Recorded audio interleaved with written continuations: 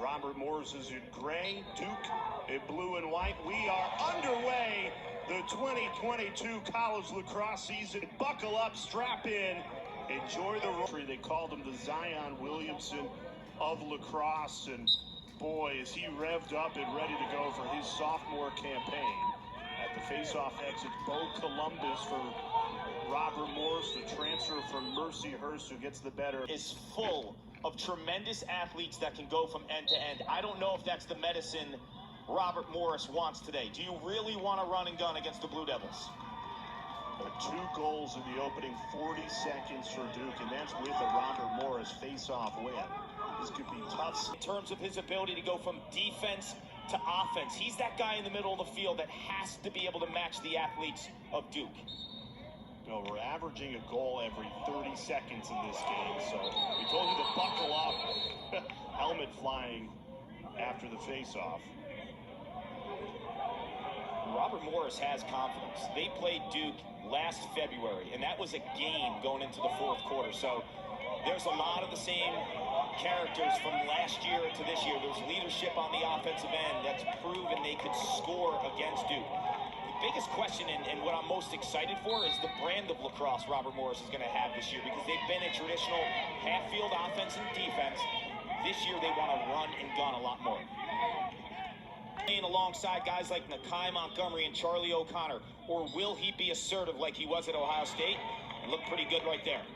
Clean face-off win for Bo Columbus. First save made by Mike Adler, who... Dyson Williams, like Brennan O'Neill, because Sean Lully does not need the ball on his stick a ton to be effective, because he's so smart in his IQ, and finding his teammates is his secret sauce. You know, the headline may read, Duke loses Michael Sowers, but don't be fooled. This is a Blue Devils team that returned 66% of their scoring from a year ago. They've got a ton of firepower. Garrett Ledman's one of them. It isn't on him anymore. The pressure isn't to be on the first midfield. It's to contribute and to play alongside guys like Nakai Montgomery and a Brennan O'Neill. So he's going to have plenty of opportunities. It might be the freshman McAdory. McAdory is a senior at St. Anthony's a year ago, named USA Lacrosse's National Player of the Year. Scores his first goal in a Duke uniform. 6 goals, 6 different goal scorers. And they're getting more! Jake Naso, the Fogo, puts it into the back of the net. Hit after the goal. But boy, Duke is just rolling at the start of this game. Naso has extraordinarily quick hands. His ability, too, to fight through opposing teams' clamps, and smells an opening down the middle of the field. There's no slide help. Robert Morris decides, you know what? We're going to let 56 and white come down the middle, because we're more concerned with Brennan O'Neill and Joe Robertson and Dyson Williams. So let's see if 56 and white can beat us, and he does. We are 5 minutes and 19 seconds into the season. Duke already has 7 goals, and they load up for some more. Low pass to O'Neill. He scored that when Brennan O'Neill's on the porch. It's just not going to work. Duke has taken 10 shots. They have 8 goals. This is as efficient lacrosse as you will see. Robert Morris starved for possession. And Robertson and Dyson Williams, the midfielders, not named Nakai Montgomery, aren't going to get the attention of opposing teams. And I think those guys have an opportunity to feast in 2022. Guys like there's no way there are 10 better players in college lacrosse than 34 and white. He's too big, he's too fast, he's too skilled. Almost right off the face-off again. Goal line extended and shoot righty. That was a really nice play by Clark. Well,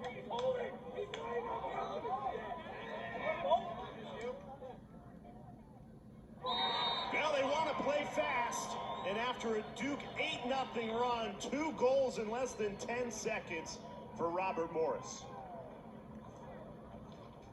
Dan Taddeo You want to create a run? Well, you got to win some draws, and Jake Naso is a daunting task in terms of going up at the face-off X when you're Robert Morris and you're facing Duke, but you win the face-off right off a goal. You continue to have, if you feel the pressure, you pass.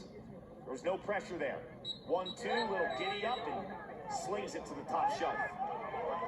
Full time serve. There's two kinds of stick penalties. If you alter the stick in terms of the length of the head of the stick, the top part of the stick, or the overall length of your stick, which has to be 40 inches, that's 3 minutes. If it's just an illegal pocket, it's only a minute. So Caputo's stick was illegal, either the width of the plastic head up top or the overall length.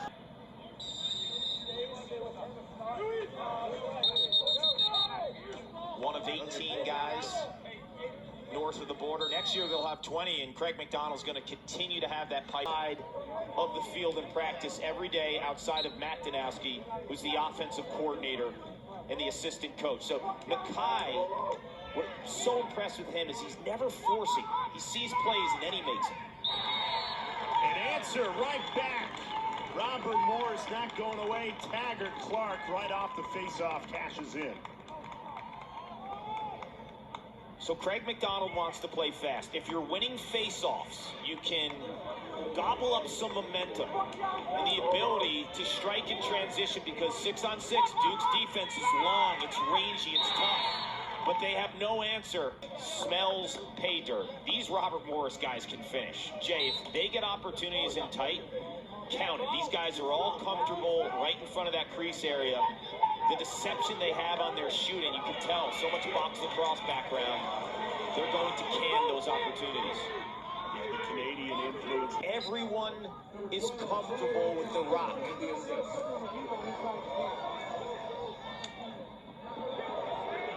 Players, when you make that face dodge, make sure that you don't lose too much of your angle. You don't go too east-west with that dodge, because you want to keep the... Paul, is there a goalie in the country that can save that? Yes, if you kind of guess a little bit, right? But playing it stick on stick, I don't see how you're tracking stick on stick, right? Like, goalies have a shot when they track stick on stick. These two guys who are interchangeable. When you're extra man, there's going to be so many 3-on-2 opportunities this season between O'Neal and Williams, and it's just pick your poison. Who are you shading more? Are you going to shade 51 or are you going to shade 30?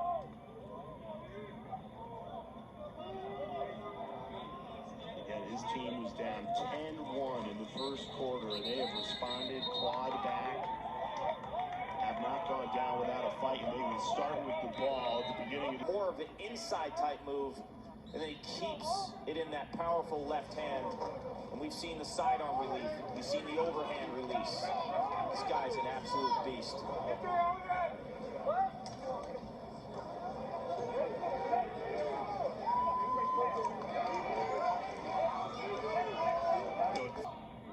With a phenomenal lefty inside finish. Sean Lully is going to really do. I just think that he has the right demeanor. He's got the right background in terms of where he's coached, where he's played. He's a blend of an Albany coach, Scott Marr, and a Greg Cannella from UMass. He's also tough, man. This is a guy who grew up in Seneca Falls, New York. His dad, Scott, was a machinist, woke up at 3:30 every single morning. And his mom, Patty, so much attention on the big stars. Charlie O'Connor, freshman campaign a season ago, 4 goals and an assist. That production can quadruple in 2022. Thomas State, and it's crazy because things slow down for those lefty Canadian finishers, and you see that with Corson Keeley.